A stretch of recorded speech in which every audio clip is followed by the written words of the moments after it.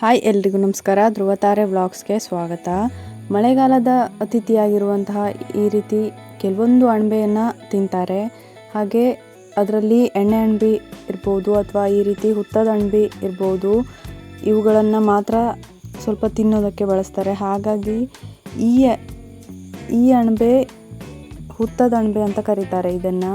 ಈ ಹಳೆ ಕಾಲದಂಥ ಹುತ್ತಗಳಿರೋ ಜಾಗದಲ್ಲಿ ಈ ಅಣಬೆ ಹೆಚ್ಚಾಗಿ ಹೇಳ್ತವೆ.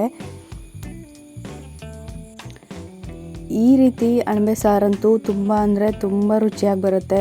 ಬಟ್ ವರ್ಷದಲ್ಲಿ ಒಂದೇ ಸಲ ಮಳೆಗಾಲದಲ್ಲಿ ಆಗಿದ್ರಿಂದ ಆ ಟೈಮಲ್ಲಿ ಮಿಸ್ ಮಾಡ್ಕೊಳ್ಳೇಬಾರ್ದಲ್ವ. ನಿಮಗೂ ಯಾರಿಗಾದರೂ ಸಿಕ್ಕರೆ ಈ ಥರ ಒಂದು ಸಲ ಸಾರು ಮಾಡಿ ನೋಡ್ರಿ, ತುಂಬ ಚೆನ್ನಾಗಿರುತ್ತೆ. ಅಣಬೆನ ತಂದು ಈ ರೀತಿಯಾಗಿ ಅದನ್ನೆಲ್ಲ ಕ್ಲೀನ್ ಮಾಡಿ ಅದನ್ನು ಚೆನ್ನಾಗಿ ತೊಳೆದಿಟ್ಕೋಬೇಕು. ಈ ರೀತಿ ಮಣ್ಣಲ್ಲಿ ಹೇಳೋದ್ರಿಂದ ಇದರಲ್ಲಿ ಸ್ವಲ್ಪ ಮಣ್ಣಿನ ಪ್ರಮಾಣ ಜಾಸ್ತಿನೇ ಆಗಿರುತ್ತೆ ಅಣಬೆಲಿ ಕಿತ್ಕೊಂಡು ಬಂದಮೇಲೂ ಕೂಡ. ಹಾಗಾಗಿ ಈ ರೀತಿ ಬಿಡಿಸ್ಕೊಂಡ್ರೆ ಈಸಿಯಾಗಿ ಕ್ಲೀನ್ ಮಾಡ್ಕೋಬೋದು.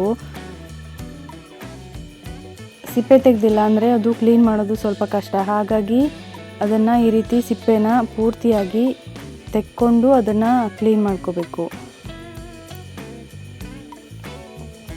ಹಾಗೆ ಇದನ್ನು ಇಷ್ಟು ದೊಡ್ಡ ಪೀಸ್ಗಳನ್ನಾಗಿ ಇಟ್ಕೊಂಡು ಅದನ್ನೆಲ್ಲ ಪೂರ್ತಿ ಕ್ಲೀನ್ ಮಾಡಿ ಆದಮೇಲೆ ಚೆನ್ನಾಗಿ ಅದನ್ನು ತೊಳ್ಕೊಬೇಕು. ಇದನ್ನು ಭಾಳಷ್ಟು ತಿಕ್ಕಿ ತೊಳೆಯೋಕ್ಕೆ ಹೋಗಬಾರ್ದು, ಅದು ಪೂರ್ತಿ ಹಾಳಾಗಿಬಿಡುತ್ತೆ. ಹಾಗಾಗಿ ಸ್ವಲ್ಪ ಸಾಫ್ಟಾಗಿ ಅದನ್ನು ಚೆನ್ನಾಗಿ ಕ್ಲೀನ್ ಮಾಡಿಕೊಂಡ್ರೆ ಸಾಕು. ಬಟ್ ಈ ರೀತಿ ಈ ದಂಟನ್ನು ಸ್ವಲ್ಪ ಜಾಸ್ತಿ ಕ್ಲೀನ್ ಮಾಡ್ಕೋಬೇಕಾಗುತ್ತೆ. ಅದರಲ್ಲಿ ಮಣ್ಣಿನ ಅಂಶ ಸ್ವಲ್ಪ ಜಾಸ್ತಿ ಇರೋದ್ರಿಂದ ಅದನ್ನು ಹೀಗೆ ಸ್ವಲ್ಪ ಸಪ್ರೇಟಾಗಿ ಇಟ್ಕೊಂಡು ಅದನ್ನು ಕ್ಲೀನ್ ಮಾಡ್ಕೋಬೇಕು. ಅದನ್ನು ಕೂಡ ಕ್ಲೀನ್ ಮಾಡಿಕೊಂಡು ಚಿಕ್ಕದಾಗಿ ಹೀಗೆ ಹೆಚ್ಚಿಟ್ಕೊಂಡು ಎಲ್ಲನೂ ನೀರನ್ನು ಅದರಿಂದ ಸ್ವಲ್ಪ ಹಿಂಡಿ ತೆಕ್ಕೋಬೇಕು. ಇದು ಕೂಡ ನೀರನ್ನು ಬಿಡೋದ್ರಿಂದ ಮತ್ತೆ ನೀರನ್ನು ಹಿಂಡಿ ತೆಗೆದಿಲ್ಲ ಅಂದರೆ ಅದು ನೀರು ಜಾಸ್ತಿ ಆಗಿಬಿಡುತ್ತೆ. ಈ ಸಾರು ಮಾಡೋಕ್ಕೆ ಮಸಾಲೆಗೆ ಒಂದು ಪ್ಯಾನ್ ಇಟ್ಕೊಂಡು ಅದಕ್ಕೆ ಒಂದು 2 ಸ್ಪೂನ್ ಆಗುವಷ್ಟು ಎಣ್ಣೆ ಹಾಕ್ಕೊಂಡು, ಎಣ್ಣೆ ಕಾದ್ಮೇಲೆ 1/4 ಸ್ಪೂನ್ ಮೆಂತೆ, ಹಾಗೆ 1 ಸ್ಪೂನು ಉದ್ದಿನಬೇಳೆ, ಹಾಗೆ 1 ಸ್ಪೂನ್ ಸೋಂಪು, ಅರ್ಧ ಸ್ಪೂನ್ ಜೀರಿಗೆ, ಹಾಗೆ 2 ಸ್ಪೂನ್ ಆಗುವಷ್ಟು ಧನಿಯಾ ಕಾಳನ್ನು ಹಾಕೋಬೇಕು. ಹಾಗೆ ಒಂದು ಸಣ್ಣ ಗಡ್ಡೆ ಬೆಳ್ಳುಳ್ಳಿನ ಬಿಡಿಸಿ ಹಾಕ್ಕೊಂಡು ಅದನ್ನು ಚೆನ್ನಾಗಿ ಫ್ರೈ ಮಾಡ್ಕೋಬೇಕು. ಒಂದು 2 ನಿಮಿಷ ಅದನ್ನು ಚೆನ್ನಾಗಿ ಫ್ರೈ ಮಾಡಿಕೊಂಡ್ರೆ ಸಾಕು. ಅದಾದಮೇಲೆ ಖಾರಕ್ಕೆ ಎಷ್ಟು ಬೇಕು ಅಂತ ನೋಡಿಕೊಂಡು ಅಷ್ಟು ಮೆಣಸನ್ನು ಹಾಕ್ಕೊಂಡು ಅದನ್ನು ಕೂಡ ಸೇರಿಸಿ ನೀಟಾಗಿ ಫ್ರೈ ಮಾಡ್ಕೋಬೇಕು. ಈ ರೀತಿ ಫ್ರೈ ಮಾಡಿ ಮಸಾಲೆಗಳನ್ನು ಮಾಡೋದ್ರಿಂದ ಮಸಾಲೆ ತುಂಬ ರುಚಿಯಾಗಿ ಬರುತ್ತೆ. ಹಾಗೆ ನಾನು ಈ ಇಷ್ಟು ಮಸಾಲೆಗೆ ಒಂದು ಸಣ್ಣ ಹೋಳಾಗುವಷ್ಟು ಕಾಯಿ ತುರಿನ ತೆಗೆದಿಟ್ಕೊಂಡಿದ್ದೀನಿ. ಹಾಗೆ ಅದಕ್ಕೆ 1 ಸ್ಪೂನ್ ಆಗುವಷ್ಟು ಅರಿಶಿಣ ಪುಡಿ, ಹಾಗೆ ಒಂದು ಸಣ್ಣ ಲಿಂಬು ಗಾತ್ರದ್ದು ಹುಳಿನ ಸೇರಿಸ್ಕೊಂಡಿದ್ದೀನಿ. ಇದನ್ನೆಲ್ಲ ಸೇರಿಸಿ ಮಸಾಲೆನ ನೀಟಾಗಿ ರುಬ್ಕೋಬೇಕು. ಹಾಗೆ ಮಾಡೋಕ್ಕೆ ಪಾತ್ರೆನ ಇಟ್ಕೊಂಡು ಅದಕ್ಕೆ ಸ್ವಲ್ಪ ಎಣ್ಣೆ ಹಾಕ್ಕೊಂಡು, ಹಾಗೆ ನಾನು ಇಲ್ಲಿ 3 ಸಣ್ಣ ಈರುಳ್ಳಿನ ಕಟ್ ಮಾಡಿ ಹಾಕ್ಕೊಂಡಿದ್ದೀನಿ. ಈರುಳ್ಳಿ ಎಲ್ಲ ಚೆನ್ನಾಗಿ ಫ್ರೈ ಆದಮೇಲೆ ಅದಕ್ಕೆ ನಾವು ಕ್ಲೀನ್ ಮಾಡಿ ಕಟ್ ಮಾಡಿ ಇಟ್ಕೊಂಡಂಥ ಅಣಬೆನ ಸೇರಿಸ್ಕೋಬೇಕು. ಈ ಅಣಬೆ ಈ ರೀತಿ ನೋಡೋಕ್ಕೆ ಸ್ವಲ್ಪ ಜಾಸ್ತಿ ಅನಿಸಿದ್ರು ಕೂಡ ಅದು ಪೂರ್ತಿಯಾಗಿ ಕರಗುತ್ತೆ. ಹಾಗಾಗಿ ಅದು ಜಾಸ್ತಿ ಅನಿಸಿದ್ರು ಆಮೇಲೆ ಆಗೋದು ಸ್ವಲ್ಪನೇ. ಬಟ್ ರುಚಿ ಅಂತೂ ಸ್ವಲ್ಪ ಇದ್ದರೂ ತುಂಬ ಅದ್ಭುತವಾಗಿರುತ್ತೆ. ಈ ರೀತಿ ಕ್ಲೋಸ್ ಮಾಡಿ ಅದನ್ನು ಸ್ವಲ್ಪ ಒಂದು 2 ನಿಮಿಷ ಆಗುವಷ್ಟು ಬೇಯಿಸ್ಕೊಂಡು ಈ ರೀತಿ ಮಿಕ್ಸ್ ಮಾಡ್ಕೊಂಡಿದ್ದಾದಮೇಲೆ ಇದಕ್ಕೆ 1 ಸ್ಪೂನ್ ಆಗುವಷ್ಟು ಅರಿಶಿಣ ಪುಡಿನ ಸೇರಿಸ್ಕೋಬೇಕು. ಹಾಗೆಯೇ ಇದಕ್ಕೆ ರುಚಿಗೆ ಎಷ್ಟು ಬೇಕೋ ಸ್ವಲ್ಪ ಅದು ಬೇಯೋಷ್ಟು ಉಪ್ಪನ್ನು ಹಾಕ್ಕೊಂಡು ಅದನ್ನು ಚೆನ್ನಾಗಿ ಒಂದು ಕುದಿ ಬರೋವರೆಗೂ ಅದನ್ನು ನೀಟಾಗಿ ಬೇಯಿಸ್ಕೊಂಡ್ರೆ ಸಾಕು. ಸಾಂಬಾರು ಮಾಡೋದ್ರಿಂದ ಅದನ್ನು ನೀರನ್ನು ಪೂರ್ತಿಯಾಗಿ ಆರಿಸ್ಕೋಬೇಕಂತಿಲ್ಲ, ಅದು ಸ್ವಲ್ಪ ಒಂದು ಕುದಿ ಬರೋವರೆಗೂ ಅದನ್ನು ಬೇಯಿಸ್ಕೊಂಡ್ರೆ ಸಾಕು. ಈ ಟೈಮಲ್ಲಿ ಅದಕ್ಕೆ ಮಸಾಲೆನ ಸೇರಿಸ್ಕೋಬೇಕು. ಹಾಗೆ ಈ ರೀತಿ ಅಣಬೆ ಸ್ವಲ್ಪ ಕಡಿಮೆ ಪ್ರಮಾಣದಲ್ಲಿದೆ ಅನಿಸಿದ್ರೆ ಅದಕ್ಕೆ ಸ್ವಲ್ಪ ಬೇಳೆನ ಬೇಕಾದರೆ ಸೇರಿಸ್ಕೊಂಡ್ರೂ ಓಕೆ, ಬಟ್ ಸೇರಿಸಿಲ್ಲ ಅಂದ್ರೂ ತುಂಬ ಚೆನ್ನಾಗಿರುತ್ತೆ. ಹಾಗೆ ಮಸಾಲೆನ ಹಾಕಿ ನೀಟಾಗಿ ಮಿಕ್ಸ್ ಮಾಡ್ಕೊಳ್ಬೇಕು. ನಾನಿಲ್ಲಿ ಯಾವುದೇ ರೀತಿ ಬೇಳೆನ ಸೇರಿಸ್ತಾ ಇಲ್ಲ. ಹಾಗೆ ಕನ್ಸಿಸ್ಟೆನ್ಸಿ ನೋಡಿಕೊಂಡು ಅದಕ್ಕೆ ನೀರಿನ ಪ್ರಮಾಣವನ್ನು ಸೇರಿಸ್ಕೋಬೇಕು. ಇದು ತುಂಬ ತೆಳ್ಳಗಾಗೋದಕ್ಕಿಂತ ಸ್ವಲ್ಪ ದಪ್ಪ ಇದ್ದರೆ ಚೆನ್ನಾಗಿರುತ್ತೆ. ಈ ಟೈಮಲ್ಲಿ ಉಪ್ಪು ರುಚಿಗೆ ಎಷ್ಟು ಬೇಕೋ ಅಷ್ಟು ನೋಡಿಕೊಂಡು ಅದನ್ನು ಸೇರಿಸಿ ಚೆನ್ನಾಗಿ ಒಂದು 10 ನಿಮಿಷ ಅದನ್ನು ಕುದಿಸ್ಕೊಂಡ್ರೆ ಅಣಬೆ ಸಾರು ರೆಡಿ ಆಗುತ್ತೆ. ಹಾಗೆ ನನ್ನ ಚಾನಲ್ನ ಫಸ್ಟ್ ಟೈಮ್ ನೋಡ್ತಾ ಇರೋರು ಪ್ಲೀಸ್ ನನ್ನ ಚಾನಲ್ನ ಸಬ್ಸ್ಕ್ರೈಬ್ ಮಾಡ್ಕೊಳ್ಳಿ.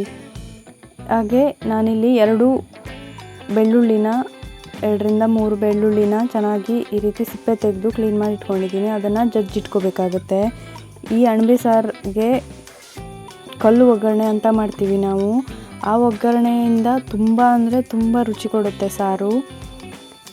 ಈ ರೀತಿ ನಿಮಗೂ ಎಲ್ಲಾದರೂ ಅಣಬೆ ಸಿಕ್ಕಿದ್ರೆ ಈ ರೀತಿ ಕಲ್ಲು ಒಗ್ಗರಣೆ ಹಾಕೋದನ್ನು ಮರಿಬೇಡಿ, ಅದು ತುಂಬ ರುಚಿ ಕೊಡುತ್ತೆ ಸಾರಿಗೆ. ಹಾಗೆ ಈ ರೀತಿ ಕಲ್ಲು ಒಗ್ಗರಣೆಗೆ ಕೊಬ್ಬರಿ ಎಣ್ಣೆ ತುಂಬ ಬೆಸ್ಟ್ ಅಂತಲೇ ಹೇಳ್ಬೋದು. ಕೊಬ್ಬರಿ ಎಣ್ಣೆ ಇಲ್ಲ ಅನಿಸಿದ್ರೆ ಈ ಎಣ್ಣೆನ ಯೂಸ್ ಮಾಡ್ಬೋದು. ಬೇರೆ ಕೊಬ್ಬರಿ ಎಣ್ಣೆ ತುಂಬ ರುಚಿ ಕೊಡುತ್ತೆ ಇದಕ್ಕೆ. ಹಾಗೆ ಒಂದು 10 ನಿಮಿಷ ಕುದಿಸಿದಾದ್ಮೇಲೆ ಅಣಬೆ ಸಾರು ಪೂರ್ತಿಯಾಗಿ ರೆಡಿಯಾಗಿದೆ. ಇದನ್ನು ಕೊನೆಗೆ ಸಣ್ಣ ಫ್ಲೇಮಲ್ಲಿ ಹಾಗೆ ಇಟ್ಕೋಬೇಕು, ಪೂರ್ತಿ ತಣಿಯೋಕ್ಕೆ ಬಿಡಬಾರ್ದು ಒಗ್ಗರಣೆ ಹಾಕೋ ಮುಂಚೆ. ಈ ರೀತಿ ಕಲ್ಲನ್ನು ಬೆಂಕಿ ಕೆಂಡದಲ್ಲಿ ಇಟ್ಟು ಅದನ್ನು ಪೂರ್ತಿಯಾಗಿ ಅದು ಕಲ್ಲು ಕೆಂಪಾದಮೇಲೆ ಈ ರೀತಿ ಒಗ್ಗರಣೆ ಮಾಡೋ ಪಾತ್ರೆಗೆ ಬಿಸಿ ಕಲ್ಲನ್ನು ಹಾಕ್ಕೊಂಡು ಅದ್ರ ಮೇಲೆ ಎಣ್ಣೆನ ಹಾಕ್ಕೋಬೇಕು. ಹಾಗೆ ಎಣ್ಣೆ ಹಾಕ್ಕೊಂಡು ಜಜ್ಜಿಟ್ಕೊಂಡಿರೋ ಬೆಳ್ಳುಳ್ಳಿನೂ ಕೂಡ ಹಾಕ್ಕೊಂಡು ಹಾಗೆ ಸ್ವಲ್ಪ ಸಾಸಿವೆನ ಹಾಕ್ಕೊಂಡು ಬೆಳ್ಳುಳ್ಳಿ ಪೂರ್ತಿಯಾಗಿ ಗೋಲ್ಡ್ ಕಲರ್ ಬರೋವರೆಗೂ ಅದನ್ನು ಈ ರೀತಿ ಕಲ್ಲಿನ ಕಾವಲ್ಲೇ ಆ ಒಗ್ಗರಣೆ ರೆಡಿ ಆಗಬೇಕು. ಹಾಗಾದರೆ ಕರೆಕ್ಟಾಗಿರುತ್ತೆ. ಅದು ಬೇರೆ ಸ್ಟವ್ ಮೇಲೆ ಏನು ಇಡೋ ಅವಶ್ಯಕತೆ ಇಲ್ಲ. ಈ ರೀತಿ ಗೋಲ್ಡ್ ಕಲರ್ ಬಂದಮೇಲೆ ಬೆಳ್ಳುಳ್ಳಿ ಅದನ್ನು ಹೀಗೆ ಸಾಂಬಾರು ಒಳಗಡೆ ಹಾಕಿ ಅದನ್ನು ಕ್ಲೋಸ್ ಮಾಡಿ ಹಾಗೆ ಬಿಡಬೇಕು. ಒಂದು 10-15 ನಿಮಿಷ ಆದಮೇಲೆ ಅದನ್ನು ಹೀಗೆ ಓಪನ್ ಮಾಡಿದ್ರೆ ಮಸ್ತಾಗಿ ಒಗ್ಗರಣೆ ಬಿದ್ದಿರುತ್ತೆ ಸಾರಿಗೆ. ರುಚಿ ಅಂತೂ ತುಂಬ ಅಂದರೆ ತುಂಬ ಚೆನ್ನಾಗಿರುತ್ತೆ.